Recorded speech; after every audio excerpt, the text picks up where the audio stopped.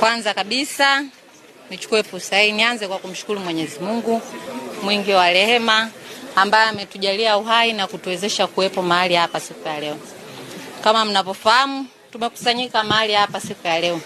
Ilikuwa ni lengo la kufanya jogging, lakini kikubwa zaidi ilikuwa ni kumkumbuka mpendwa wetu hayati Dr. John Pombe Joseph Magufuli.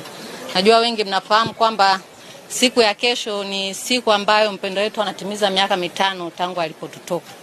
Lakini sisi kwa niaba ya familia na wananchi wote kwa ujumla tukasema tutamwenzi vipi mpendwa wetu kwa kutambua mchango wake ambao ameufanya katika taifa hili.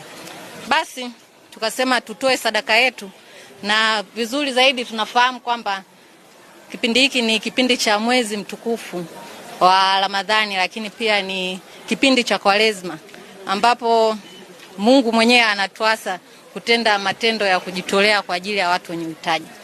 Kwa hiyo tukasema tumeshirikiana na familia na baadhi ya wadau, tumewasilisha sadaka yetu hii. Najua ni chache lakini ni mwanzo tu. Hata mwaka jana tulitoa na tukaahidi kwamba hatutaishia hapa. Tuliendelea kutoa na kuwasaidia watu wenye uhitaji katika mahospitalini, lakini kwa kutambua kwamba hapa ndo primary health care.